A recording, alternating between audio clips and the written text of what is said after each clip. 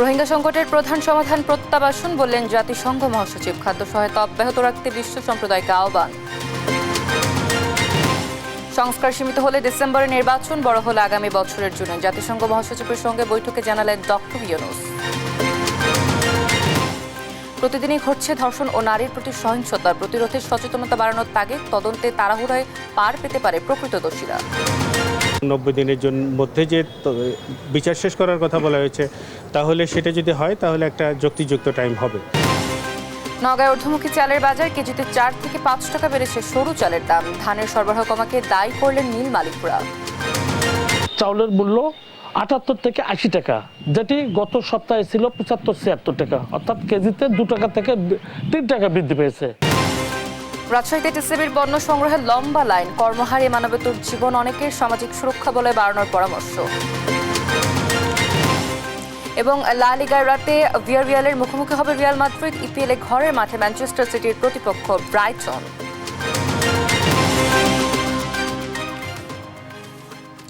দেখছিলেন শিরোনামগুলো। সংবাদ সকালে আপনাদের সঙ্গে রয়েছে আমি অতসী সেন। এবারে বিস্তারিত। রোহিঙ্গাদের নিজ দেশে ফিরতে চাওয়ার স্পষ্ট বার্তা পেয়েছেন বলে জানিয়েছেন জাতিসংঘ মহাসচিব অ্যান্তোনিও গুতেরেস। শুক্রবার কক্সবাজারের রোহিঙ্গা ক্যাম্প পরিদর্শন শেষে কথা জানান তিনি। বলেন, জাতিসংঘ সহ ইউরোপের বিভিন্ন দেশ অর্থায়ন সংকুচিত করায় ক্যাম্পে খাদ্য সহায়তা হুমকির মুখে পড়েছে। খাদ্য সহায়তা নিশ্চিতে আন্তর্জাতিক সম্প্রদায়ের সঙ্গে কথা বলার আশ্বাস দেন তিনি। পরে লাখো রোহিঙ্গার সঙ্গে ইফতার আয়োজনে অংশ নেন ডক্টর ইউনুস ও গুতেরেস। সহকর্মী সাইফুল রিপনের রিপোর্ট, জানাচ্ছেন আপন অপু। শুক্রবার দুপুরে ঢাকা থেকে কক্সবাজার বিমানবন্দরে পৌঁছান জাতিসংঘ মহাসচিব অ্যান্তোনিও গুতেরেস। সঙ্গে ছিলেন অন্তর্বর্তী সরকারের প্রধান উপদেষ্টা ডক্টর মোহাম্মদ ইউনুস। বিমানবন্দরের আনুষ্ঠানিকতা সেরে সোয়া 2টায় উখিয়ার রোহিঙ্গা শরণার্থী ক্যাম্পে পৌঁছান গুতেরেস। ফেন্সি লার্নিং সেন্টার ও রোহিঙ্গা শরণার্থীদের আবাসস্থল পরিদর্শন করেন তিনি। কথা বলেন রোহিঙ্গাদের সঙ্গে। এ সময় আরাকানে সংঘটিত গণহত্যার বিচার ও নিজ দেশে ফিরে যাওয়ার আকুতি জানান রোহিঙ্গারা। পরে রোহিঙ্গা কালচারাল মেমোরি সেন্টার পরিদর্শন করেন গুতেরেস। মত বিনিময় করেন সেন্টারটির পরিচালকদের সঙ্গে। পরিদর্শন শেষে সাংবাদিকদের সঙ্গে কথা বলেন গুতেরেস। বলেন, এই সফরে দুটো স্পষ্ট বার্তা পেয়েছেন। প্রথমত, রোহিঙ্গারা মিয়ানমারে ফিরে যেতে চায়। দ্বিতীয়ত, তারা ক্যাম্পে উন্নত পরিবেশ চায়। And in this visit, I already heard two clear messages. First, Rohingyas want to go back to Myanmar. It's essential that the international community does everything to make sure that peace is reestablished in Myanmar and that the rights of the Rohingyas are respected, that discrimination and persecution like the one that we witnessed in the past will end. And second, they want better conditions in the camp. এ সময় জাতিসংঘ মহাসচিব আরও বলেন, জাতিসংঘ সহ ইউরোপের বিভিন্ন দেশ মানবতার সেবায় অর্থায়ন সংকুচিত করায় রোহিঙ্গা ক্যাম্পের খাদ্য সহায়তার বিষয়টিও হুমকির মুখে পড়েছে। রোহিঙ্গাদের খাদ্য সহায়তা নিশ্চিতে আন্তর্জাতিক সম্প্রদায়ের সঙ্গে কথা বলার আশ্বাস দেন তিনি। পরে ডক্টর ইউনুস ও অ্যান্তোনিও গুতেরেস লাখো রোহিঙ্গার সঙ্গে ইফতারে অংশ নেন। এ সময় রোহিঙ্গা জনগোষ্ঠীর কষ্ট কমিয়ে আনতে প্রচেষ্টার জন্য গুতেরেসের প্রতি কৃতজ্ঞতা জানান প্রধান উপদেষ্টা। বলেন, সামনের ঈদে যাতে রোহিঙ্গারা নিজ বাড়িতে ঈদ করতে পারে সে চেষ্টা করা হবে। আন্তরিকভাবে ইয়ান পূরণ করছে, চেষ্টা করে গিয়ে এখন মনে হচ্ছে দেখে না কষ্ট এ কথাটা ওনার কাছে দৌড়িয়েছে যে ওনার থেকে সাহস হয়ে পেলাই আবার দুনিয়ার সামনে লড়াই করিব যাতে অন্যরা শান্তিপূর্ণভাবে অন্যের দেশে পৌঁছে দিতে পারে। তো এন খুশির দিনের কথা নয়, এন মস্ত বড় খুশির কথা। এই খুশির কথা ইয়ান আজি আরা অনুভব করি। আরা তারা ভীষণভাবে ধন্যবাদ জানাই, শুক্রিয়া জানাই। এই দায়িত্ব তারা তো তারে নই তারা কইলে কোনো দেশে আনিতে পারেন না, তার দেশত এনে বন জঙ্গলের ভিতর ঢুকাইতে পারিব না। সামনের বছর ঈদের সময় যেন অনার বাড়ির মিতে তাই ইউনিটি একত্র হন এবং দাদা দাদির খবরের কাছে তাই অনেক তার সম্বর্ধনা দেন। ইফতারে অংশ নিয়ে ইসলামের প্রতি গভীর শ্রদ্ধা জানান জাতিসংঘ মহাসচিব। বলেন, অ্যান্টি মুসলিম অ্যাক্টিভিটির অংশ হিসেবে অনেক স্থানেই নৃশংসতা চলছে। This is the holy month of Ramadan, the month of solidarity. It would be unacceptable that in the month of solidarity the international community would reduce the support to the Rohingyas in Bangladesh. We will do everything not to make it happen. এ সময় রোহিঙ্গাদের দুর্দশা লাঘবে আন্তর্জাতিক সম্প্রদায়কে সঙ্গে নিয়ে প্রচেষ্টা চালিয়ে যাওয়ার আশ্বাস দেন গুতেরেস। নিউজ ডেস্ক, দেশ টিভি। রোহিঙ্গা ক্যাম্পে ইফতারে পদদলিত হয়ে এক বৃদ্ধ নিহত হয়েছেন। আহত হন আরও 2 জন। শুক্রবার দুপুর 2টার দিকে 20 নম্বর রোহিঙ্গা ক্যাম্পের হেলিপ্যাড এলাকায় এ দুর্ঘটনা ঘটে। বিষয়টি নিশ্চিত করে উখিয়া থানা পুলিশের ভারপ্রাপ্ত কর্মকর্তা মোহাম্মদ আরিফ হোসেন জানান, প্রধান উপদেষ্টা ও জাতিসংঘের মহাসচিবের অংশগ্রহণে লাখো রোহিঙ্গার সঙ্গে আয়োজিত ইফতার মাহফিলে পদপিষ্ট হয়ে নেয়ামত উল্লাহ নামে এক রোহিঙ্গা বৃদ্ধের মৃত্যু হয়। এ সময় আহত হয়েছেন আরও 2 জন। আহতদের কক্সবাজার সদর হাসপাতালে পাঠানো হয়েছে।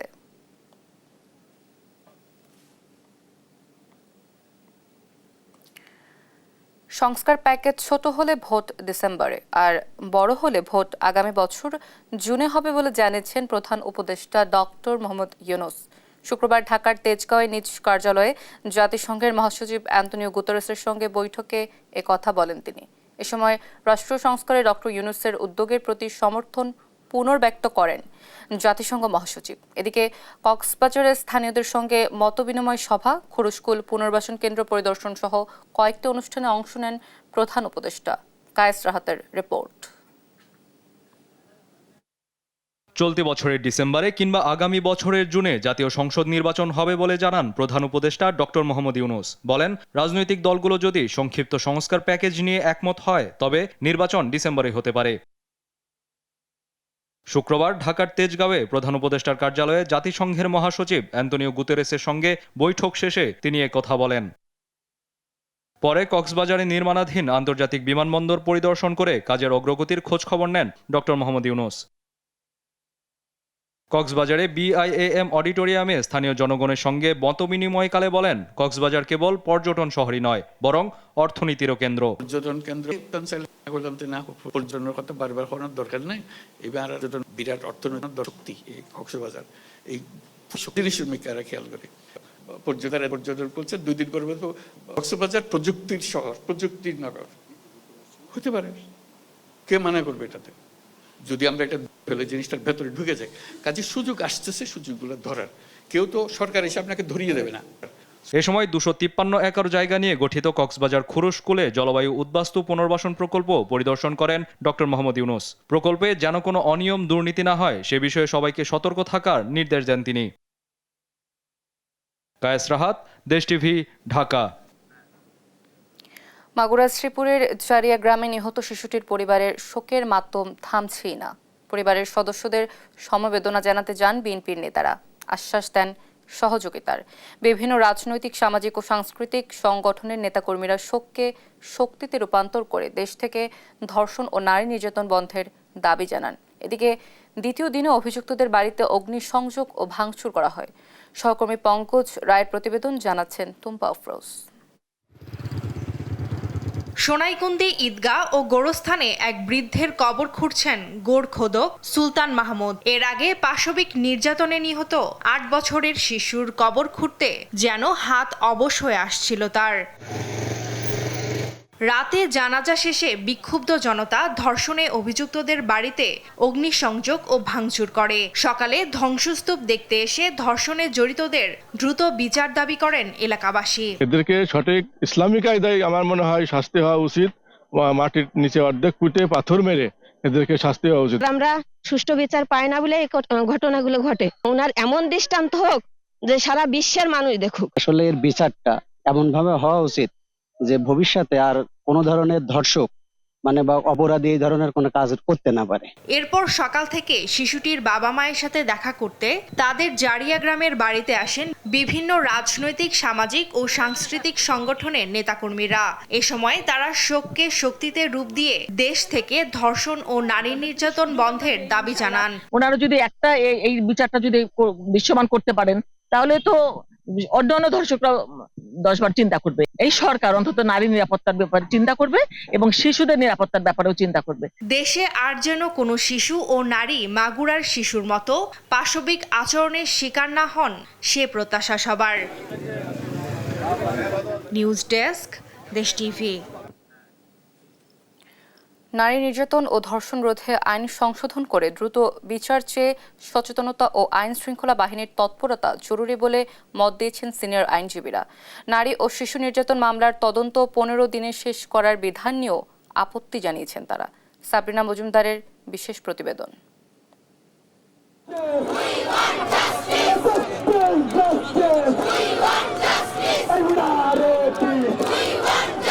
মাগুরায় ৮ বছরের এক শিশু ধর্ষণ সহ একাধিক ধর্ষণ সহিংসতার ঘটনায় উত্তাল সারা দেশ। জড়িতদের বিচার দাবিতে দেশ জুড়ে বিক্ষোভ করছে মানুষ।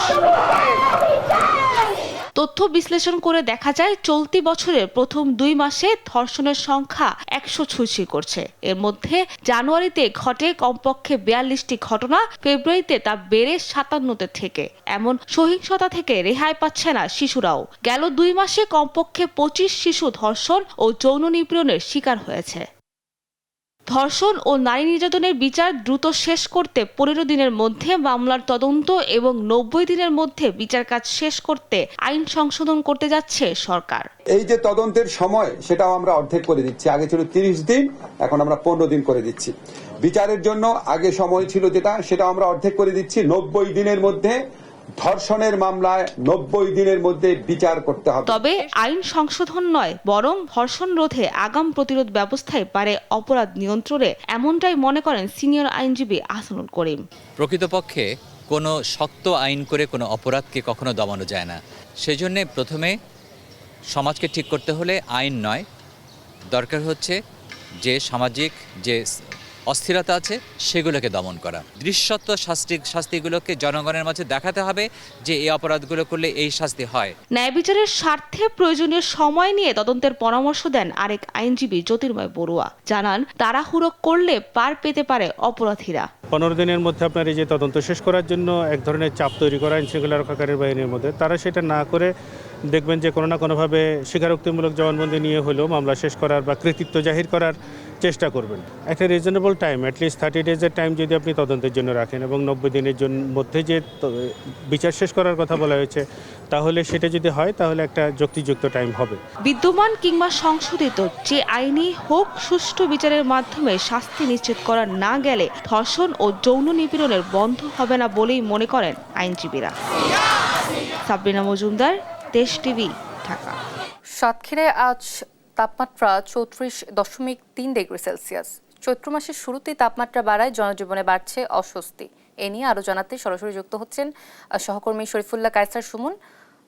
সুমন, তাপমাত্রা নিয়ে কি বলছে আবহাওয়া অধিদপ্তর? এ নিয়ে বাসিন্দাদের প্রতিক্রিয়া কি আমাদের জানাবেন?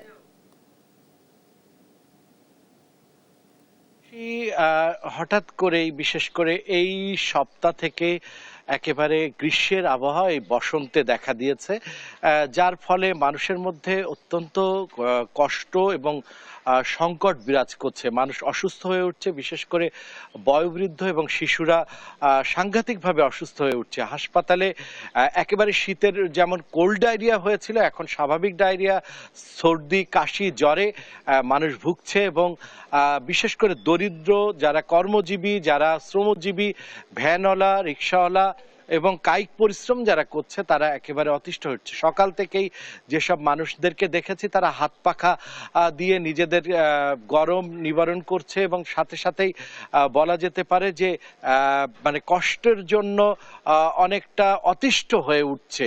এই অবস্থায় রাতের যতটুকু ভোর রাতের যতটুকু ঠান্ডা, সেই শীতলতায় যতটুকু ঘুম হচ্ছে, তাছাড়া ঘুমও মানুষের নষ্ট হয়ে গিয়েছে। এই পরিস্থিতিতে সাতক্ষীরার যে জেলা আবহাওয়া পর্যবেক্ষণাগার, তার ইনচার্জ জুলফিকার আলী মানিক রিপন, তিনি আমাদেরকে জানিয়েছেন এই পরিস্থিতি আরো বাড়তে থাকবে। বিশেষ করে আজকে যেটি চলছে সেটি হচ্ছে 34.3 ডিগ্রি সেলসিয়াস তাপমাত্রা এবং এটি ক্রমান্বয়ে আরো বাড়তে থাকবে। অর্থাৎ আবহাওয়ার যে সুখবর সেটি এই মুহূর্তে নেই, বরং এই গ্রীষ্মের তাপ এই বসন্তেই আরো দেখা দেবে এবং দুর্ভোগ আরো বেশি ক্রমান্বয়ে বেড়ে চলবে। এই ছিল তাপমাত্রা বেড়ে চলার যে পরিস্থিতি, তার সর্বশেষ অতসী। সুমন, ধন্যবাদ আপনাকে আমাদের সাথে যুক্ত হবার জন্য। দর্শক, আমরা শরীয়তপুরের তাপমাত্রার পরিস্থিতি জানছিলাম এবং সেখানে ছিলেন আমাদের সহকর্মী শরীফুল্লাহ কায়সার সুমন।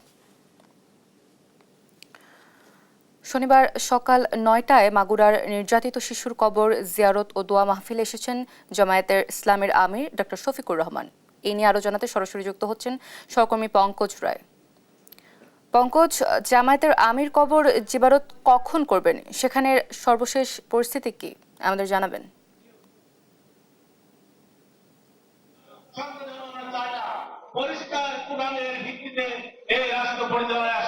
আমরা এই মুহূর্তে আছি মাগুরার সবদালপুর ইউনিয়নের জারিয়া গ্রামে।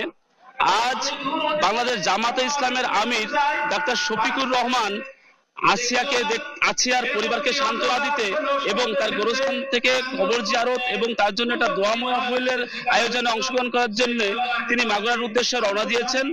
তিনি হেলিকপ্টার যোগে মাগুরার সবদালপুর মাধ্যমিক বিদ্যালয় মাঠে হেলিকপ্টার অবতরণ করার পরেই তিনি চলে আসবেন আসিয়ার মানে কবর দেওয়া হয়েছে যে গোরস্থানে, সেই গোরস্থানে এসে তার কবর জিয়ারত করে তিনি একটি দোয়া মাহফিলের অনুষ্ঠানের আয়োজনে তিনি আসিয়ার এই প্রোগ্রামটাই তিনি দোয়া মাহফিলে যোগ দিবেন। এদিকে আপনাদের মাধ্যমে জানিয়ে রাখি, আসিয়ার দাফন শেষে গতকালও অনেক রাজনৈতিক ব্যক্তি, সামাজিক ব্যক্তি, সাংস্কৃতিক সবাই আসিয়ার পরিবারকে সান্ত্বনা দিতে তারা তার বাড়িতে যাচ্ছে এবং সান্ত্বনা দিচ্ছে। এই মুহূর্তে আমরা কথা বলবো মাগুরার মোহাম্মদপুর উপজেলার সদর ইউনিয়নের সেক্রেটারি আব্দুর রহমানের সাথে। আজকে জামাতের আমির আসতেছেন আসিয়ার দোয়া মাহফিল অনুষ্ঠানে, এ থেকে আপনাদের কর্মীদের মাঝে আপনাদের কি আজকে আমার দুঃখজনক। স্বাধীনতা এতদিন পরেও আজকে ধর্ষণের জন্য বিচার চাওয়াটা অত্যন্ত লজ্জাকর। আজকের এই সম্মেলন থেকে আমরা তাদের দোয়া করব, পাশাপাশি আর আগামী দিনে কোনো ধর্ষণ জন্মগ্রহণ না করে এবং ধর্ষণের শাস্তি যেন দৃষ্টান্তমূলক হয় এবং সারা বিশ্বের বুকে নারীদের জন্য সঠিক নিরাপত্তা বিধান নিশ্চিত হয়। আজকে আমরা সেই মেসেজ, সেই বার্তাটাকে আজকে আমরা সরকারকে দিতে চাই। হ্যাঁ, এই যে স্বাধীনতার পরে ধর্ষণের জন্য একটা মেয়ে মারা গিয়েছে, তার জন্য জামাতে আমিরের এই যে মাগুরায় যে আগমন, তার পরিবারকে সান্ত্বনা দিতে, এটা তারা আসলে চাচ্ছিল কোরআনের আলোকে, অর্থাৎ ইসলামের অন্যান্য ইসলামিক দেশে যে আইন আছে ধর্ষণের, তারা চায়, নাগরবাসী চায় যে এরকম আইন যেন বাংলাদেশে বলবৎ হয়, তাহলে পরবর্তীতে আর ধর্ষণ কাণ্ড এরকম ঘটনা হবে না। তাই এই ছিল আমার কাছে এখন পর্যন্ত সর্বশেষ। পঙ্কজ, ধন্যবাদ আপনাকে। দর্শক, মাগুরা নির্যাতিত শিশু আসিয়ার কবর জিয়ারতে পৌঁছাচ্ছেন জামায়াতের আমির ডক্টর শফিকুর রহমান। এই বিষয়ে আমাদের জানাচ্ছিলেন আমাদের সহকর্মী পঙ্কজ রায়। রোজায় চাহিদা কম থাকলেও নওগাঁয় ঊর্ধ্বমুখী চালের বাজার। মোটা চালের দাম অপরিবর্তিত থাকলেও এক সপ্তাহের ব্যবধানে খুচরা বাজারে সরু চালের দাম বেড়েছে কেজিতে 4 থেকে 5 টাকা পর্যন্ত। এতে নাভিশ্বাস সাধারণ মানুষের। মিল মালিকদের দাবি, বাজারে ধানের সরবরাহ কমে যাওয়ায় চালের দাম বেড়েছে। নওগাঁ প্রতিনিধি হাজি কামাল হোসেনের পাঠানো তথ্য ছবিতে জানাচ্ছেন আলী আকাশ। রমজান মাসে স্বাভাবিকভাবেই চালের চাহিদা কম থাকে। তাছাড়া ঈদের পরেই শুরু হবে বড় মৌসুম। বিদেশ থেকে আমদানি করা চালও মিলছে বাজারে। এরপরেও নওগাঁয় আরেক দফায় বাড়ল সরু চালের দাম। পাইকারি বাজারে 50 কেজির বস্তায় 100 থেকে 150 টাকা পর্যন্ত বেড়েছে কাটারি ভোগ এবং জিরাশাইল চালের দাম। পাইকারি বাজারে দাম বাড়ায় এর প্রভাব পড়েছে খুচরা বাজারেও। 4 থেকে 5 টাকা দাম বেড়ে প্রতি কেজি জিরাশাইল বিক্রি হচ্ছে 75 থেকে 80 টাকায়, আর কাটারি ভোগ বিক্রি হচ্ছে 80 টাকা কেজিতে। তবে বিদেশ থেকে চাল আমদানির পরেও আগের চড়া দামে বিক্রি হচ্ছে অন্যান্য চাল। খুচরা ব্যবসায়ীরা বলছেন, পাইকারিতে বেশি দামে চাল কেনায় বাড়তি দামে বিক্রি করতে হচ্ছে তাদের। পূর্বে ছিল আপনার 70 থেকে 75 টাকা কেজি, সেটা বর্তমানে 75 থেকে 80 টাকা কেজি। আর কাটারি নাজির শাল যেটা, সেটা 75 টাকা কেজি ছিল, সেটা বর্তমানে এখন 80 টাকা কেজি। চালের বাজার বৃদ্ধি হওয়ার কোনো যুক্তিগত কারণ নাই। পর্যাপ্ত পরিমাণের চাল আছে এবং বিদেশ থেকে আমদানি হচ্ছে। চাল আমদানির পরেও চালের দাম বৃদ্ধি পাওয়ায় চাল কিনতে গিয়ে নাবিশ্বাস ভোক্তাদের। তাদের দাবি, বাজার নিয়ন্ত্রণে প্রয়োজন নিয়মিত মনিটরিং। কেজি প্রতি 5 টাকা 6 টাকা করে বেড়ে গেছে। তা আমরা সাধারণ মানুষ কি করব? তাহলে সরকারের এটা মনিটর করা উচিত। আমরা প্রতিদিনই দেখতেছি, আসতেছি, আর চালের দাম বেড়ে যাচ্ছে। মিল মালিকরা বলছেন, বাজারে সরু ধানের সরবরাহ কমায় চালের দাম বেড়েছে। দেশি জিরা এবং কাটারির মূল্য কিছুটা বৃদ্ধি পেয়েছে। আপনার এই সপ্তাহে জিরা এবং কাটারির চাউলের মূল্য 78 থেকে 80 টাকা, যেটি গত সপ্তাহে ছিল 75-76 টাকা, অর্থাৎ কেজিতে 2 টাকা থেকে 3 টাকা বৃদ্ধি পেয়েছে। ধান চালের বাজার নিয়ন্ত্রণে সারা বছরই সার্বক্ষণিক মনিটরিং দেখতে চান ভোক্তারা। আলী আকাশ, নিউজ ডেস্ক, দেশ টিভি। রাজশাহীতে নিত্যপণ্য সংগ্রহে টিসিবির ট্রাকে সাধারণ মানুষের ভিড় বাড়ছে। ভিক্ষুকদের সারিটাও দীর্ঘ থেকে দীর্ঘতর হচ্ছে। কর্ম হারিয়ে মানবেতর জীবনযাপন করছেন অনেকে, ফলে সাহায্য চাওয়ার হাত পাতা মানুষ বাড়ছে। এসব মানুষদের জীবন জীবিকা চালিয়ে নিতে সরকারি সামাজিক সুরক্ষা বলয় বাড়ানো, বৈষম্য দূর করার পরামর্শ উন্নয়ন কর্মীদের। রবিউল ইসলামের ছবিতে কাজী শাহেদের প্রতিবেদন। কাজের সন্ধানে ছুটে চলা মানুষগুলোর অপেক্ষা পথের ধারে। সংসার চলে না, হাত পাততেও দ্বিধা। অকপট স্বীকারোক্তি কষ্টে চলা মানুষগুলোর। যারা একটা সময় পাড়া মহল্লার দোকানে সদাই নিতেন, তারা দাঁড়িয়ে পড়ছেন টিসিবির লাইনে। সেখানেও প্রতিযোগিতা হতদরিদ্র মানুষগুলোর সঙ্গে, আর অতি দরিদ্ররা হাত পাচ্ছেন সাধারণের কাছে। লাইনে দাঁড়িয়েছে টিসিবির মাল লিয়ার লেগে, গুড় চিনি তেল লিয়ার লেগে। বাসা বাড়িতে কাজ করি, 1500 টাকা পাই, অতি তো হয় না। এটা দেখলে বোঝা যাচ্ছে যে আসলে মানুষের অভাবটা কতটুকু, চাহিদাটা কতটুকু। এটা আমরা আসলে রাস্তাতে যখন ভ্রাম্যমাণ ভাবে দিচ্ছে, তখন আমরা বুঝতে পারছি যে মানুষের অভাব এখনো আছে। হালে অর্থনৈতিক কর্মকাণ্ড অনেকটা স্থবির। নতুন করে কর্মসংস্থান বাড়েনি।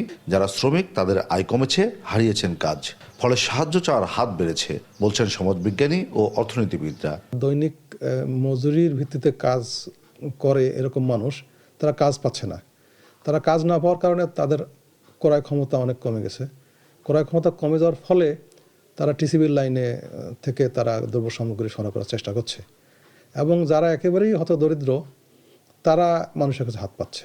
উন্নয়ন কর্মীরা বলছেন, দরিদ্র মানুষের সহযোগিতায় সরকারি নানা কর্মসূচি চালু আছে, কিন্তু বিতরণ বৈষম্য ও রাজনৈতিক বিবেচনার কারণে হাত পাতা মানুষ কমছে না। সরকারের যে সামাজিক সুরক্ষাগুলো রয়েছে, এই সুরক্ষাগুলো যদি যথাযথ প্রক্রিয়ার মধ্য দিয়ে যদি যে সত্যিকার অর্থেই প্রাপ্য তাদের কাছে যদি পৌঁছানো যেত, তাহলে কিন্তু এই বর্তমানে যে আমরা দরিদ্রতার হার বা দরিদ্রতার চিত্রটা যে আবার সামনে চলে আসছে, এটা কিন্তু আসার কথা না। বিগত দিনে এই সেক্টরে যে দুর্নীতিগুলো হয়েছে বা কি কি কারণে হয়েছে, কারা করেছে, সেগুলো খুঁজে বের করা এক।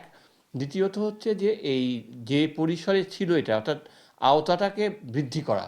সরকারি সামাজিক সুরক্ষা বলয়ের আওতা বাড়ানোর পাশাপাশি অঞ্চলভিত্তিক কাজের সুযোগ বাড়ানোর পরামর্শ উন্নয়ন কর্মীদের। কাজী শাহেদ, দেশ টিভি, রাজশাহী। চট্টগ্রামের জামালখানে অবস্থিত কদম মোবারক মসজিদ। ফৌজদার মোহাম্মদ ইয়াসিন খান 1723 সালে মসজিদটি নির্মাণ করেন। জনশ্রুতি আছে, মসজিদটিতে হযরত মুহাম্মদ সাল্লাল্লাহু সাল্লাম এবং আব্দুল কাদের জিলানীর পদচিহ্ন রয়েছে, যা দেখতে প্রতিদিন ভিড় করেন ধর্মপ্রাণ হাজারো মুসল্লি। আজিজা হক পায়েলের তথ্য ছবিতে নুসরাত শোভার রিপোর্ট। কদম মোবারক চট্টগ্রামের সবচেয়ে প্রাচীনতম মসজিদ। এটি নগরীর জামালখানে অবস্থিত। মোগল সম্রাট মোহাম্মদ শাহের শাসনামলে ফৌজদার মোহাম্মদ ইয়াসিন খান 1723 সালে মসজিদটি নির্মাণ করেন।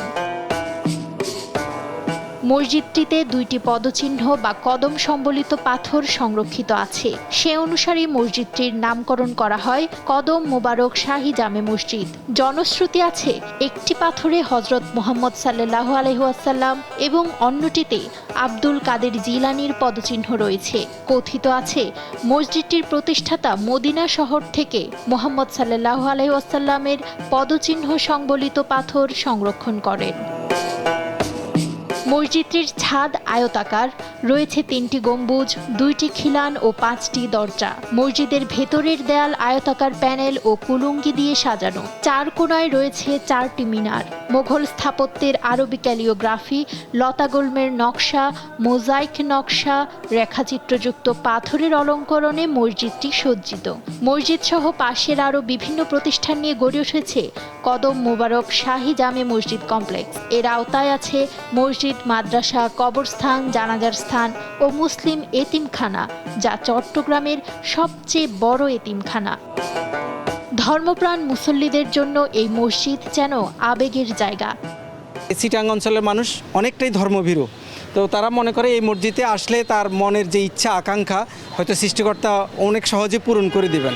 সেজন্য আমি যখনই এই এলাকায় আসি, অফিসের কাজে বা যে কোনো কাজে আসলে চেষ্টা করি এখানে নামাজ পড়ার জন্য।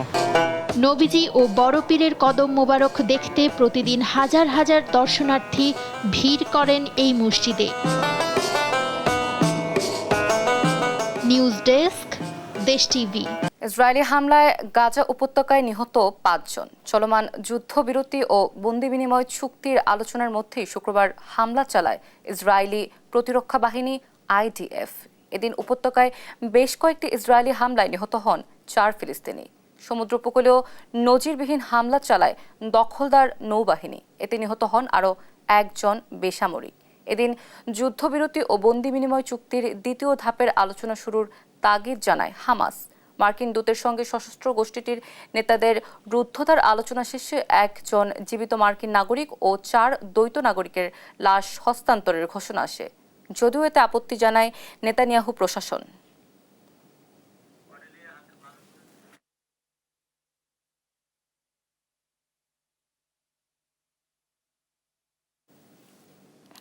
কানাডার নতুন প্রধানমন্ত্রী হিসেবে শপথ নিলেন মার্ক কার্নি। এর মাধ্যমে দেশটির সাবেক প্রধানমন্ত্রী জাস্টিন ট্রুডোর স্থলাভিষিক্ত হলেন কার্নি। অটোরিয়ার রিডো হলে অনুষ্ঠিত শপথ অনুষ্ঠানে ইংরেজি ও ফরাসি উভয় ভাষাতেই শপথ গ্রহণ করেন নতুন এ নেতা। এ সময় ব্রিটিশ রাজা তৃতীয় চার্লস ও তার উত্তরাধিকারীদের প্রতি আনুগত্য প্রকাশ করেন। অনুষ্ঠানে উপস্থিত ছিলেন মার্ক কার্নির স্ত্রী ডায়ানা ফক্সও। এর আগে ব্যাংক অফ কানাডার গভর্নর হিসেবে দায়িত্ব পালন করেছেন কার্নি। দলীয় সদস্যদের বিপুল ভোটে জয়লাভের পর সম্প্রতি লিবারেল পার্টির নেতা হিসেবে নির্বাচিত হন তিনি। কানাডার প্রধানমন্ত্রী হিসেবে নির্বাচিত হওয়ার পর মার্কিন প্রেসিডেন্ট ডোনাল্ড ট্রাম্পের বিরুদ্ধে বাণিজ্য যুদ্ধে জয়ী হওয়ার অঙ্গীকার ব্যক্ত করেন মার্ক কার্নি। শুক্রবার সকালে জাস্টিন ট্রুডোর আনুষ্ঠানিক পদত্যাগপত্র জমা দেওয়ার পর হলো এ শপথ গ্রহণ।